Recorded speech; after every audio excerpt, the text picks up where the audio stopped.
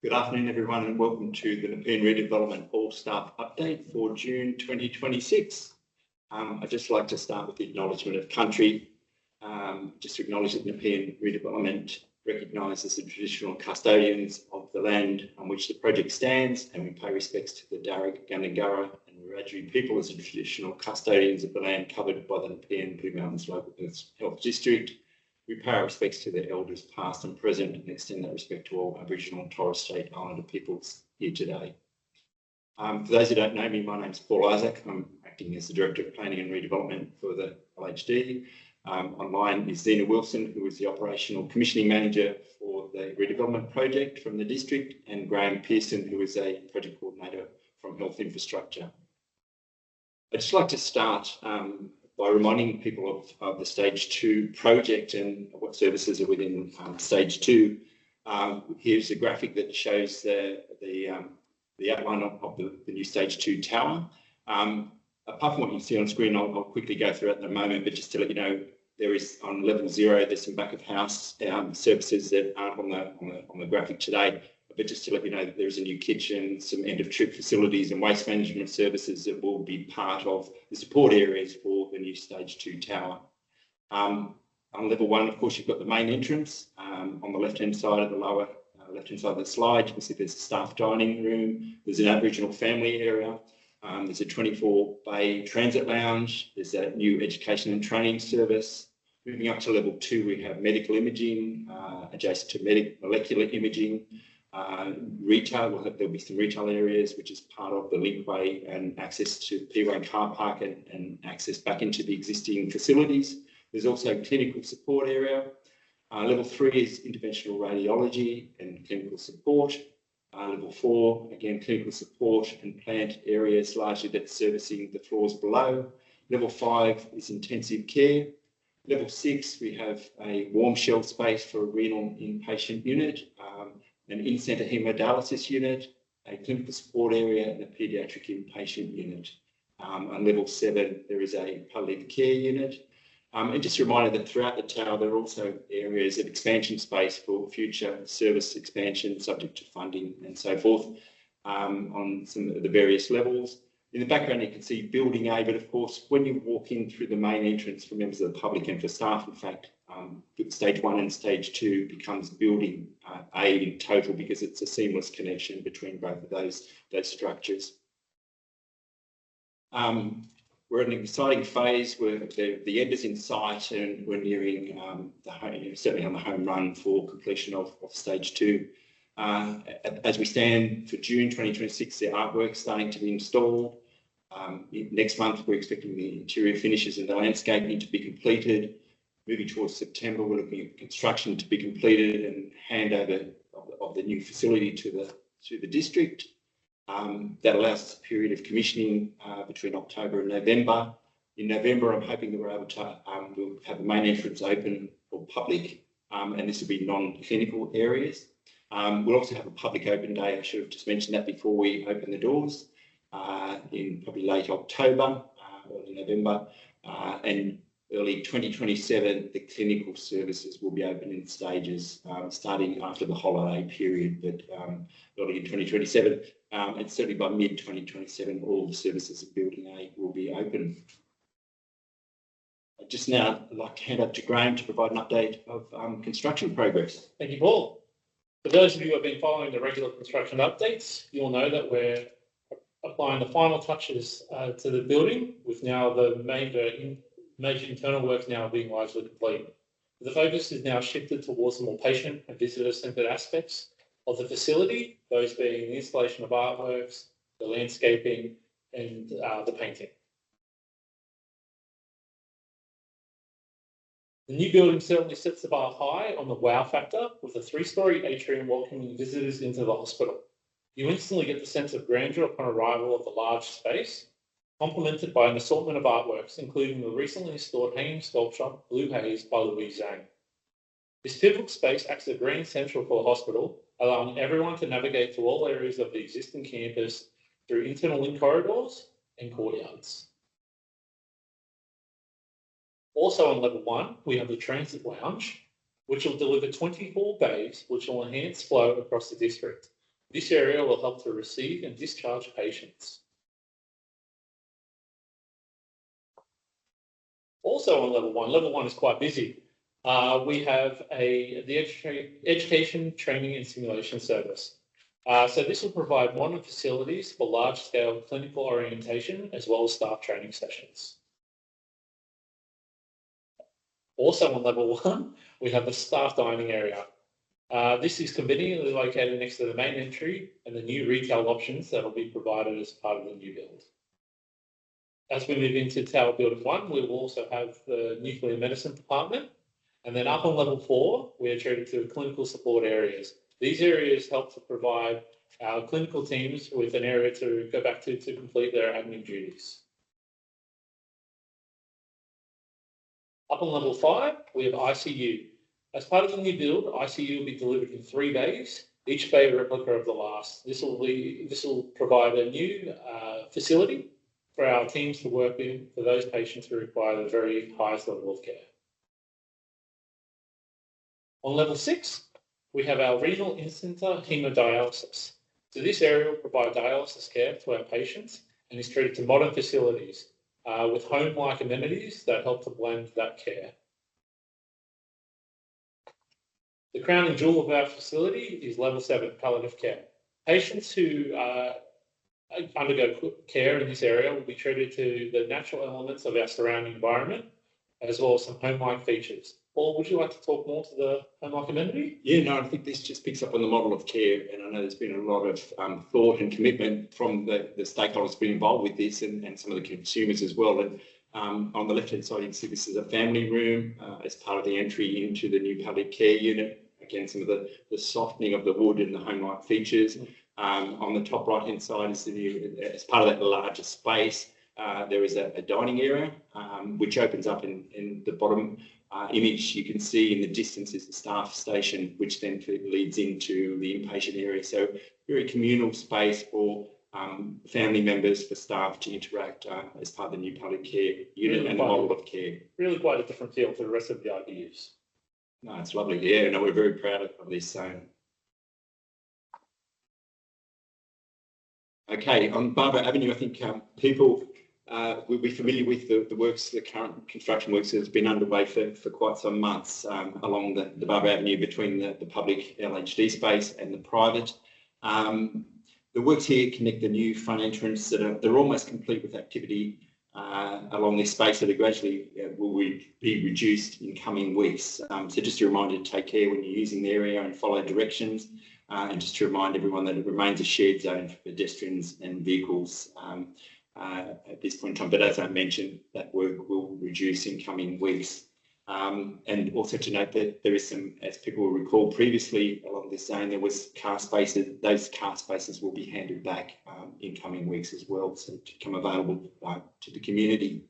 However, the entry road from Barbara Avenue to the main entrance whilst it will be completed, won't be open until the front entry is open for the public a little bit later in the year, as I mentioned.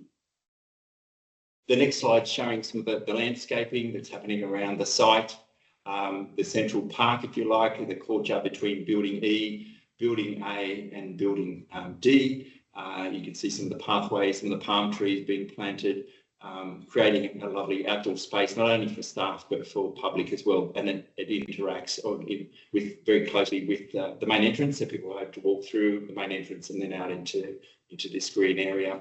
On the right-hand side, you can see again some of the native plants being planted. It's again near the main entrance along the waste management area, which is the white wall you can see on the right-hand side. You can't see it at the moment, but you will certainly when the new walkway is open and the new construction, the construction completed, but access into the new main entrance. There's a covered walkway from the P1 car park to the new entrance. It'll provide a direct route from Lincoln Car Park to the main entrance, which winds through the recently completed gardens that will be home to the natural eucalyptus tree that is found throughout the greater Western Sydney, and it's closer to the main entrance. The walkway displays a beautiful Aboriginal artwork, and it'll be called River Walkway by artist Jamie Eastwood, and it depicts the travelling experience along the riverbanks. And you can see the artworks and the saffites there of the walkway. Another one of our artists is Vipu, and here you can see him sitting on the northern part of the Stage 2 building. It's a community artwork project that Vipu has facilitated with the community and the steps. It's in an external area, and it continues with the theme of Guardians of the Mountains, very much in Vipu style. And he creates sculptures which will be on display in the new main entrance, and he's also completed the artwork which will be on display in the new paediatric unit as well. The next slide to show some of the interior artworks throughout Stage 2 tower, and it's by an artist known as Zoe. Her name is Zoe Senemak, and it also aligns with the Stage 1 artworks where we've got consistency of colours throughout the different floors, and that theme continues into Stage 2 tower as well. And so looking forward to everyone being able to see some of those artworks as we increasingly get access into the building.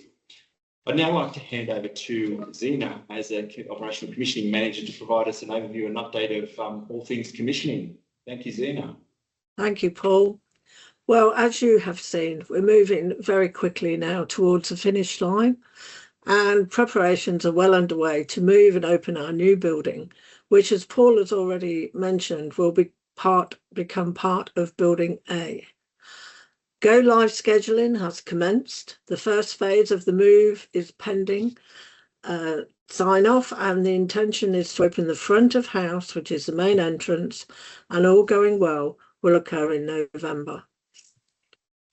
The OUGs, which is the operational user groups, are working to ensure that all the tasks are complete and ready for go live. And ICT are working with our OUGs to ensure that all of their equipment is allocated and appropriate and ready for that first day. This is a countdown to completion. It's a SharePoint page. A Stage 2 web page has been published on SharePoint, which includes useful information about the new facilities, moving details, and who to contact about your department or service. There's a QR code there. You can zap that now with your phone, and it will take you straight through to the countdown completion page. You'll find in there the latest news, what's happening, meet your key commissioning champions, check out the latest resources, including move checklists. Thank you, Paul. Back to you. Thank you, Zena. In preparation for today's update, we put out a call for questions. So we've received a number of questions, which we'll work through and be able to provide some answers and some updates. So the first question is, will there be a staff cafeteria in the new building, and what will be available, especially for shift workers? So I'll ask you, Zena, to provide a response, please. Yes, thanks, Paul. There isn't a dedicated staff cafeteria in the new building. However, there is an amazing staff zone located near the main entry on level 1, where the staff can take a break, they can eat meals, store food, and it provides a very comfortable and accessible space to support staff. Located in the new main entry, there will be a range of retail, food and beverage options that will be available to everyone, staff, patients and visitors. For patients, there is a new on-site kitchen, which is a positive outcome for the hospital and will support improved food services for our patients. We recognise the importance of accessible food options for shift workers, particularly outside standard hours. Lease negotiations with retail providers are currently underway, including consideration of trading hours and the mix of offerings. And we look forward to sharing more of these details closer to go live. Thanks, Paul. Okay, thank you, Zena. The next question is directed for you, Graham, to answer, but so the question is, why are there no longer separate buildings A and B? And is there a future building B planned? Thank you, Paul. As you previously mentioned earlier on in the presentation, when complete, the new building will become part of Building A, seamlessly connecting across several floors into the current hospital tower. Building B remains identified as a future development zone within the broader campus master plan. While there are currently no confirmed plans or funding for a new standalone Building B, the area has been preserved to support potential future expansion in line with service need and government investment decisions. Thank you, Paul. Okay, but keeping with you, Graham, the next question is around parking concerns and future capacity. Always a concern for our staff and visitors. We understand that parking remains a key concern for staff, particularly during peak periods. Stage 2 of the Nepean Redevelopment does not include additional on-campus parking. However, RRP1 was delivered as part of early works to increase overall capacity. While there are busy periods, there is generally availability across the campus, although this may not always align with the preferred locations all times. We also acknowledge that not all staff have parking permits as part of their employment package. To support alternative travel choices, the new building includes enhanced end-of-trip facilities such as bike storage, showers and lockers, making it easier for staff to choose to walk, cycle or use public transport. Thank you, Paul. Okay, thank you. The next question is, what retail outlets are planned for the new front of house area? I can say that the new main entry and atrium space will include a range of retail spaces with a focus on food and beverage offerings to better support staff, patients and visitors. Leasing for these spaces is currently in progress as part of the LHD and with contracts and procurement. Whilst we're not there yet in a position to be able to confirm specific operators, we're working to deliver a mix of convenient quality options, and we look forward to being able to share more detailed information once those agreements are finalised. Keeping with the theme of parking, Graham, the next question, what parking options will there be for casual staff? Very important topic again. We recognise that parking can be particularly challenging for casual staff. Parking arrangements, including permit eligibility and fee structures, are managed locally by the health district rather than as part of the redevelopment scope. Thank you, Paul. Okay, and the final question, will the new retail spaces be open after 5:30 p.m. to support shift workers? I can say that access to food outside of standard hours is an important issue, particularly for those staff, patients and families arriving or working into the evening or overnight for that matter. Whilst current cafe operating hours on campus are limited, the LHD is considering trading hours as part of the retail leasing process within the new building. And it's also important to note that when complete, the new building will improve the convenience and the access, not only internally and across the campus, but with to food services as well. I think just that concludes our questions, but the next item is around more information. As people know, there is a website that people can access and the website details are on the screen. There's also an email address, again, that's on the screen if anyone has any questions or concerns that you'd like to send through that we can respond to. Again, to reiterate, this is an exciting time for us, I think, as staff, as part of the LHD and the new facilities that we've got to look forward to in coming months. And it's been great to be able to provide the update to all staff today, and thank you for your time.